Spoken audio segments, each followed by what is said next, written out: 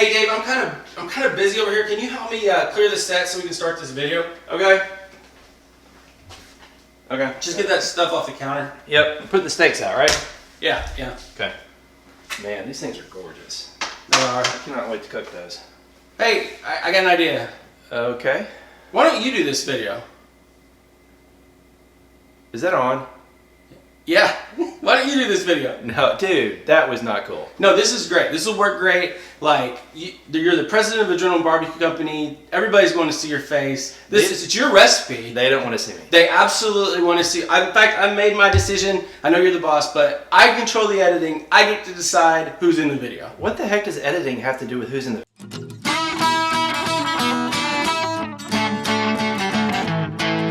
So Dave's here to show us how to execute the perfect steak cook. Dave, where do we start? We start the day prior. We go to our favorite butcher and we pick the very best steak that he has.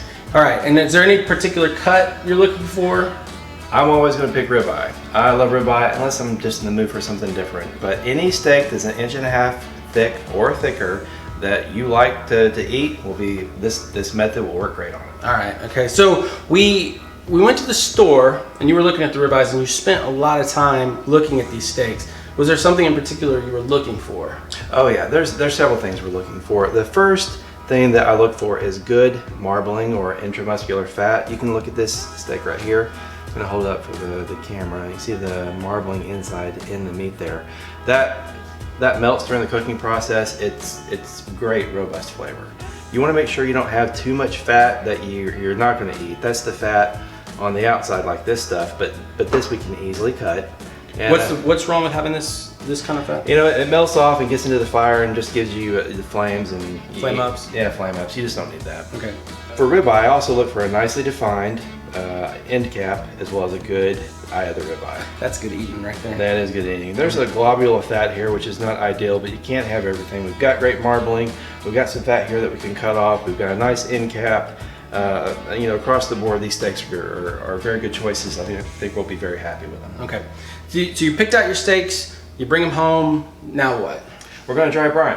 Dry brine just means applying salt. Salt does two things. It enhances flavor, which it does instantaneously, and even if you're applying salt right before you put the bite in your mouth. However, salt also does another thing, is over time, it penetrates the meat, and once it gets in there, it holds on to the moisture that's inside.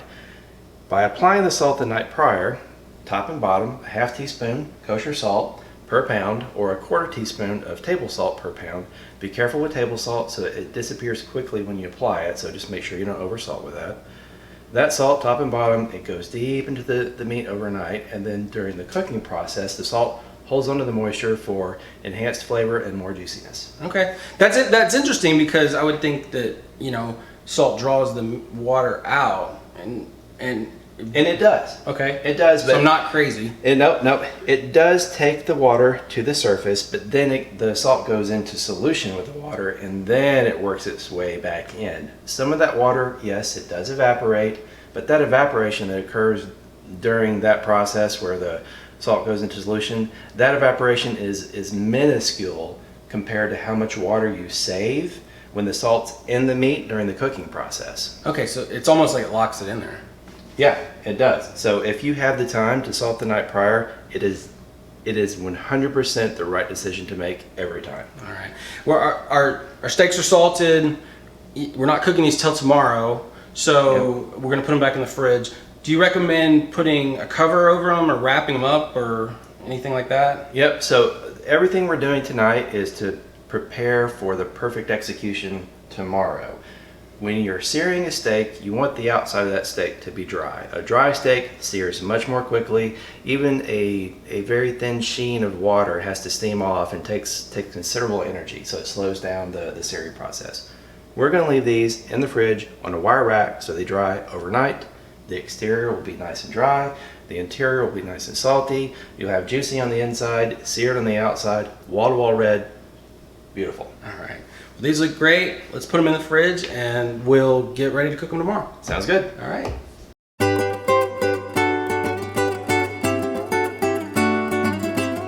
Okay, so our steaks have brined overnight, and we've got our kettle all warmed up, so we're getting ready to cook. Let me show you these steaks. these guys are looking beautiful. They're a nice dark red. That's a good indication that the salt has penetrated deep into the meat. And They look great. yeah, they're nice and dry on the outside too. So this looks exactly like what we were hoping for. We're using the 26-inch Weber kettle today. We've got the Slow N Sear XL and the drip and griddle pan in there. Slow N Sear's on this side. It's got 25 fully lit briquettes in there. We do that because we want good clean smoke. I mean, the kettle is warm right now. We're at 225 and there's no visible smoke coming out of the vent. So that's How do you set your vents? we're about 2/3 open on the top. We're fully open on the bottom, and we do that because we've got 25 fully lit briquettes in there with no unlit briquettes, and you just need more airflow to maintain the temperature when you only have when you have no unlit briquettes. So what we're getting ready to do is we're going to take the lid off. We're going to put the steaks on the indirect side. We've got our smoke thermometer with a needle probe. We're going to run around, grab that, put it in the steak, put the lid back on, and we'll be cooking at that point. So I'm just going to go ahead and get this going.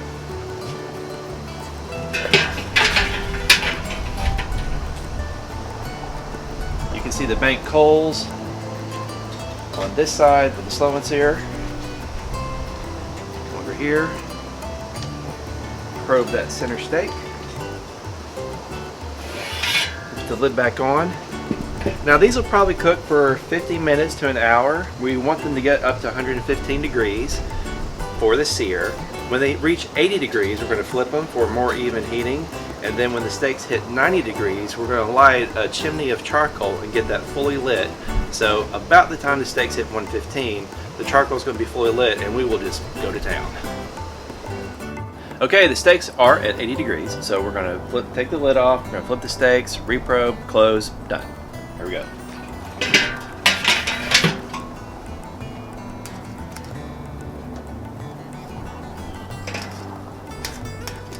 Again, this isn't entirely necessary, but it does help just even out the cook a little bit. So we're going to go ahead and take this step. Reprobe. That's all there is to it. Okay, our steaks are up to 115 degrees according to our leave-in thermometer. We're going to take the thermopin just to confirm that all three steaks are equally done.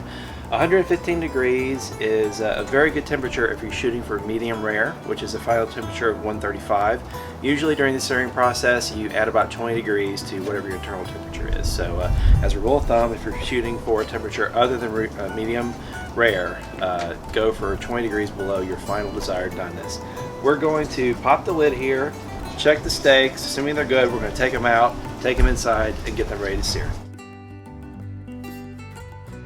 The steaks hit 115, we took them inside and we'll be prepping them for the sear shortly. Before we do that, we've got to get the grill nice and hot. We've got a fully lit chimney of charcoal that we're going to put into the Slow N Sear XL. Alright, we'll just spread those out.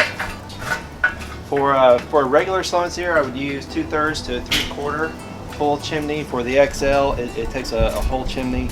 And we just want the grill getting nice and hot while we're prepping the steaks inside. And it's important that we did not put the charcoal grate on there. We're going to sear on a cool grate, which I'll show you in a few minutes. Okay, we've got our three steaks inside. We're getting ready to prep them. The first thing we need to do is dry the surface. Very important, because all this residual liquid that's on the steak right now is just going to prevent or slow the searing process. May not seem like it, but even just a little bit of water can really slow things down. Just a little fine sheen. So we've got that one dry. You don't have to squeeze it, you just pat it. Squeezing it doesn't do anything. Pat it dry. We're going to coat it with some oil here. This helps with also helps with searing, and it helps with our cracked pepper here.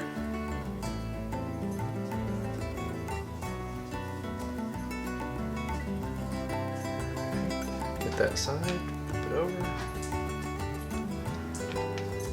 side,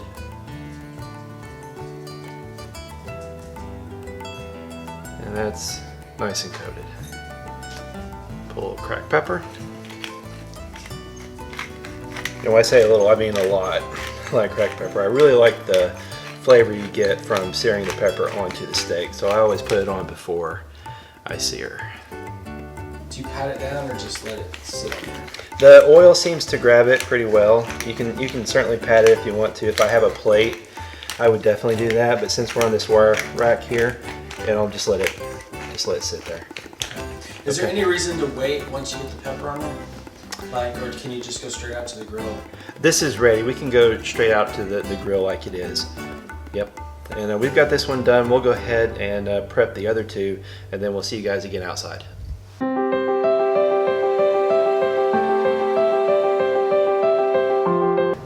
Okay, we've got our steaks, we've got our tongs, we've got our grate, we're ready to go. We've got a hot fire here. This grate is cold. The reason the grate is cold is because I want to get an overall even sear on the steak. I don't want sear marks. A hot grate gives you sear marks. So, cold grate, we're going to throw that on. And then we'll put the steaks on. You're not going to hear any sizzle to begin with because the grate's cold. That's normal.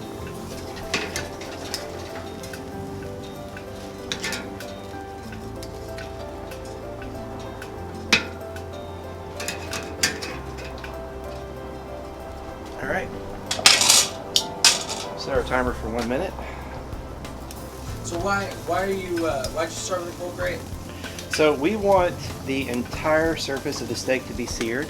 We don't want a grid pattern of sear marks. Those sear marks are flavorful, but it's much better if the entire surface is seared instead of just a crosshatch pattern of sear on the steak. So just one giant sear mark over the whole surface of the steak. Yes. Yes, awesome. Exactly. You can hear now they're starting to sizzle. They're good to get. They're going good.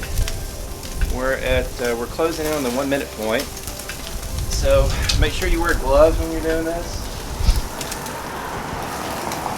What we're going to do now is rotate and flip. So rotate the grate. Flip the steaks. And the reason we do this is every time we flip them, we want to reapply them onto a cool grate. Now just look at those bad boys. There's no sear marks anywhere there. Note the time, we're at minute 14, so at 2:14 we'll flip and rotate again. And we're just going to continue to flip and rotate until we have the desired sear and the desired doneness. We're shooting for medium rare. Typically, we're going to sear both sides twice, 1 minute apiece. So 4 minutes total. Each side gets 2 minutes, 1 minute at a time. All right, we're at minute 40. We got about 40 seconds or so before we flip again. It smells good. They smell amazing. Yeah. People are going to be asking for smell-o-vision. Now, you might see some flare-ups during this process. As long as the steak's not on fire, I'm fine with that. A low flame's not going to hurt anything. Okay, so what do you do if it does catch on fire? If they do catch on fire, just move them over to the indirect side and wait for the flames to die down. So, all right, we're getting ready to rotate again. So, rotate. Flip. Flip. And flip. No sear marks. We got nice color. These are coming along very nicely. We're about a little bit over 2 minutes into the searing. So another minute on this side. We'll rotate one more time, flip one more time, another minute on this side, and then we'll be done. So when they cook like this, you wouldn't use water, right? Like there'd be no reason to put the water. Yeah, there's no reason to use water. You can. I've seen people do it, but there's no reason to do it. If anything, you just risk the water boiling over and putting your coals out. Those look just so good. Yeah. Again, we got a little bit of flame, but the steak's not on fire, so I don't really care. Coming up on a minute, we're going to rotate. And we're going to flip.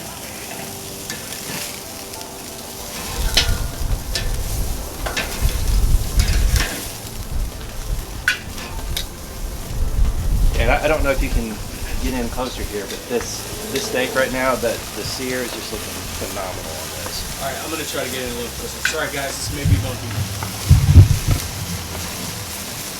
Oh my God. Yeah, focusing on this one, you see how the entire surface is seared. Yeah. Who needs sear marks? We've got sear all over. That's flavor. That's flavor, baby. That's flavor. So how long have you been cooking steaks this way? Steaks this way a few years. I mean, I've cooked steaks about every way you can cook them over the past 30 years or so. This is my favorite method. I think this is the perfect way to execute a steak cook. We're done. We're done. Let's flip them over. Flip them over here. Move them over to indirect. Look at that sear. Just look at that. That's beautiful. Beautiful. Oh my gosh. All 3 steaks perfectly seared. Beautiful. Check our temps here. Just make sure we're done.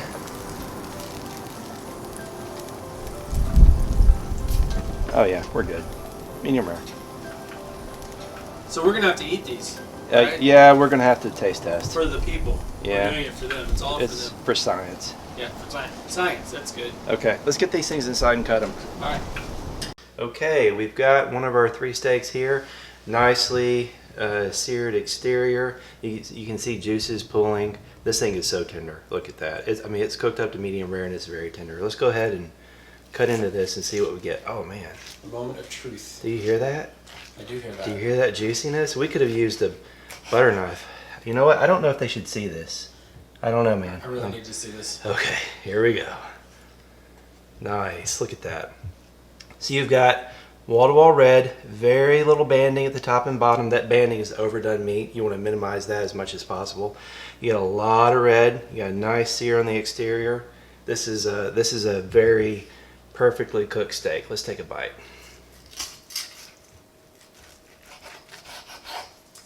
All right, here.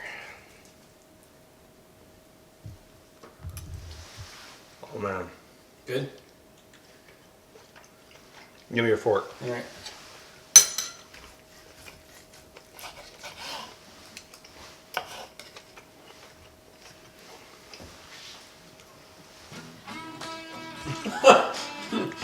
Am I right? Mm-hmm. Wow. I mean, this is better than something, most steaks I've had at a fine steakhouse. And we paid what for these? Like $7 a pound? Yeah. So, Warehouse pricing. yeah, I mean, you get what you get with steak. The better the steak you can buy, the better, the better potential you have. But here, have another bite. Yes, sir. But this is, You don't have to ask me twice. yeah, I mean, to do this with a $7 steak, this tastes better than prime I've had at Del Frisco's. I can't complain at all. Wow. Okay, cut. We gotta eat this. Yeah, no problem. Dave, I'm not gonna lie to you, that was one of the best steaks I've ever had. Well, thank you. I'm glad you enjoyed it. I really enjoyed it. We should do this again. Totally. I'd be all for that. Yeah. Dave was talking while we were looking at the footage and he's like, oh no, I gave away all my secrets. I did. There is nothing. I mean, that's how I make my perfect steak. Get home, I didn't hold back on anything. So. He's got a reputation to uphold. Yeah. So, thanks for joining us today. If you have any questions, check us out on abcbarbecue.com. We have a lot of other recipes there. And remember, we didn't invent the what's your tagline? We didn't invent the kettle. We perfected it. Yeah, we did.